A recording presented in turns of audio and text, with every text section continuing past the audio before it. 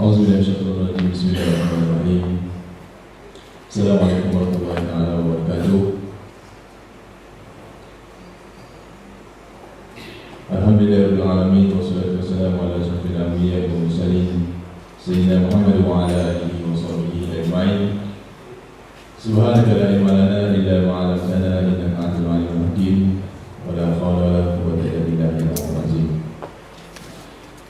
Yang berbahagia tuan-tuan kita, Ustaz Tuan Haji Surul Demiri, Yang Berusaha Tuan Kabin Negeri, Tuan Kanan,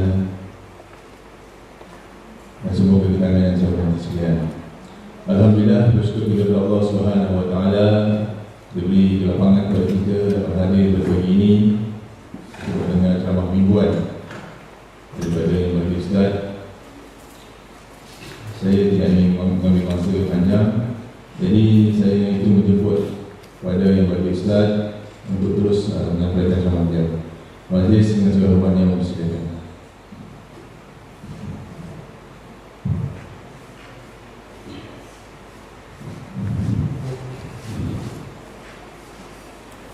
Assalamualaikum warahmatullahi wabarakatuh. Bismillahirrahmanirrahim. Alhamdulillahirabbil alamin wa bihi nasta'in ala umuri dunya waddin. Wassalatu wassalamu ala sayyidil mursalin sayyidina maulana Muhammadin wa ala alihi wa sahbihi ajma'in. Amma ba'd. Yang berusaha saudara muslim dan majlis yang memberikan pegawai-pegawai kanan Ustaz Menteri dan daerah dan seterusnya, saudara-saudara, tuan-tuan, puan-puan, para jemaah yang dirahmati Allah. Alhamdulillah, dengan izin Allah, pada pagi ini kita dapat bersama dalam tazkirah pagi. InsyaAllah kita akan bincang perkara yang berkaitan dengan agama kita. Dan agama itu bukan perkara yang kita nak tunggu di akhirat sahaja. Agama itu ialah perkara yang kita buat di dunia.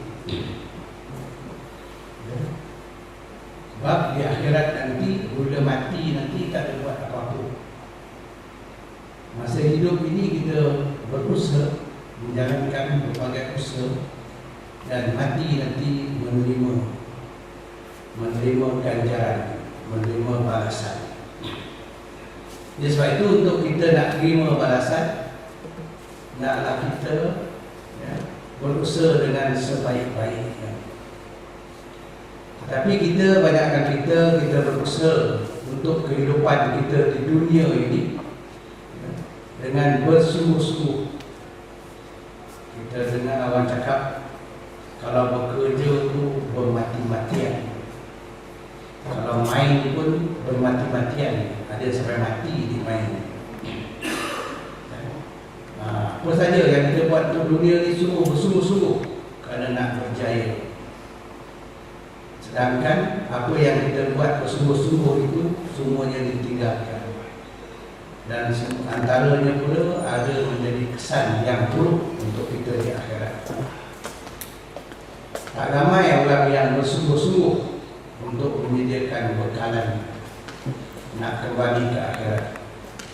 Kita orang yang beriman, orang Islam, kita yakin adanya hidup selepas mati. Dan kita yakin hidup selepas mati itu bukan hidup saja. Hidup selepas mati itu hidup yang nak menanggung bebanan-bebanan yang dapat balasan di akhirat kelak. Dan balasan itu bukan balasan yang sementara, balasan yang berkekalan. Kalau nikmat yang berkekalan, kalau azab yang berkekalan.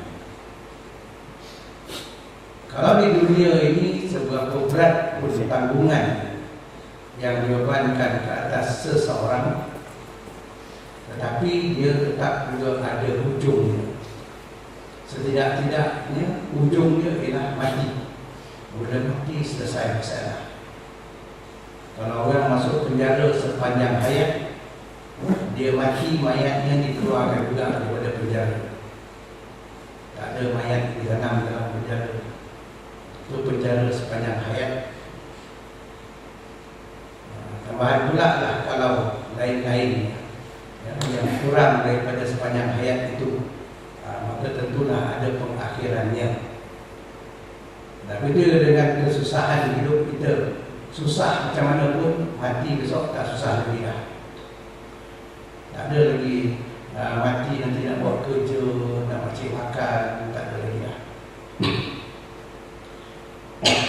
Jadi dengan itu kita bersyukurlah kepada Allah Ta'ala yang mengurniakan iman dan Islam kepada kita. Jadi dengan itu kita hendaklah menjalani agama ini dengan sesuatu yang baik, dengan sepenuhnya, dengan bersungguh-sungguh. Bukan kita buat agama ini dengan sambil lewa saja, kerana kita hendakkan balasan yang sempurna di akhirat kelak. Dan dalam perkara itu, agama itu mudah. Agama Islam inilah agama yang paling mudah, yang tidak ada susahnya. Kalau agama lain banyak perkara yang susah, dan banyak pelaksanaan agama yang lain itu berbentuk upacara. Macam orang Hindu nak buat sambutan saja, mereka kena cari batang pisang yang ada buah tu, ada jantung dan dah membazir pisang tu boleh biarkan dia besar dan memasak, boleh dimakan, masuk tak boleh makan, membazir. Kemudian kalau pada menyambut lai pusang dan sebagainya, mereka memecah-mecahkan buah kelapa. Dulu kelapa yang pecah tu kalau ikut peraturan tak boleh ambil, tapi sekarang ni siap lori ikut belakang, kan? Pecah dia dan masuk lori, dan tu dia perah santan, kita pun beli sama. Dan bertiga dengan mereka upacara agama. Orang-orang agama lain, agama Cina misalnya, mereka kena menyediakan berbagai-bagai alat untuk nak beribadat. Tapi kita Islam tidak. Kita Islam mudah. Itu oleh sebab kita tengok mereka itu dan keadaan demikian, kita pun buatlah upacara, buat berbagai upacara untuk agama. Sedangkan agama tak perlu upacara, agama buat terus saja. Kita tengok kita kadang-kadang nak cukur jambul anak, banyak upacara. Cukur jambul cukur saja, apa perlu upacara? Cukur saja. Dah cukur, timbang rambut itu dengan emas, dan sedekahkan kepada binaan ataupun orang fakir miskin. Itu saja. Ini kita buat upacara. Kenalah agak budak tu gunting sikit-sikit rambutnya, dan tepuk pula kepala budak tu dengan tepuk tawa, dan gejik-gejik dan sebagainya. Upacara. Begitu juga dengan perkahwinan. Perkahwinan ijab kabul senang saja, tapi kita nak buat upacara. Yang upacara itulah bukan agama. Kadang-kadang sempat pula bersanding tu nak tabu mengampai, okey lah, ini tabu buat bunyi. Tabu buat bunyi tu kalau pengantin tu ayam, okey lah. Tabu beras, pengantin tu manusia tu tabu beras, upacara.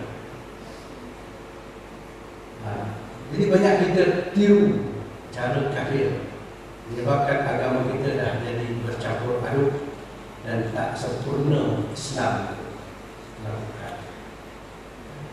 Begitu juga kita apabila nak adakan perkahwinan, kita terpaksa, orang-orang yang nak kahwin itu terpaksa menunggu masa yang lama sebab nak kumpul duit.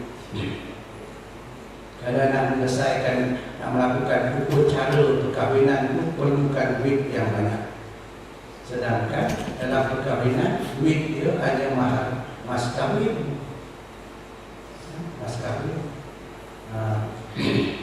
Dan dengan itu lama dia dalam keadaan berpacaran, lama dalam keadaan bertunang bertahun-tahun. Besok bila masa diadakan perkahwinan nanti, masa itu disebut pula, dibaca siap dia punya cerita nak buatkan perkahwinan itu. Dia bertemu daripada bangku sekolah, sama belajar ke kolej, sama universiti, sama di luar negara. Dia bangga tu cerita. Padahal pendedahan itu sebenarnya itu maksiat, mendedahkan perkara maksiat. Allah Ta'ala dah tutup dah, didedahkan. Itu bangga tu. Lihat mana letak Islam. Islam kita terletak di mana? Itu keadaan kita. Kita nak ikut juga cara kafir. Itu Rasulullah mengatakan, "Tattabi'unna sunanan alladziina min qablikum shibran bi shibrin wa zira'an bi zira'in hatta law dakhalu fi juhrin dhab tattaba'tumuhum." Rasulullah kata, kamu akan mengikut jejak-jejak orang yang terdahulu daripada kamu, sejengkal demi sejengkal, sehasta demi sehasta, sehingga kalau mereka masuk ke lubang biawak pun kamu akan turut masuk sama. Yaitu mengikut orang-orang kafir yang terdahulu, mengikut Yahudi dan Nasrani, dan mengikut Hindu, mengikut pahaman Tao, Buddha. Kita tiru mereka, ikut cara mereka. Tambahan pula nenek moyang kita dahulu memang Hindu. Jadi banyak perkara yang kita lakukan ikut Hindu. Sedangkan Islam itu mudah. Islam tak perlukan upacara. Islam perlukan ibadat dengan ikhlas. Sebab itulah kita lihat banyak maksiat. Mengapa banyak maksiat? Terutama maksiat berhubungan dengan seks, ialah kerana susah nak berkahwin. Kita susahkan. Islam mudah saja, tapi kita susahkan. Jadi nak kahwin susah. Jadi kita tengok budak muda, budak tua bersama muda. Mereka ini banyak melakukan maksiat. Kenapa? Kerana nak tunggu persediaan untuk upacara perkahwinan. Andainya kalau mereka mati dalam bertunang, mati sebelum berkahwin, sedangkan mereka dah berpacaran, mereka telah melakukan berbagai-bagai perkara, maka mati dalam maksiat, mati masuk neraka.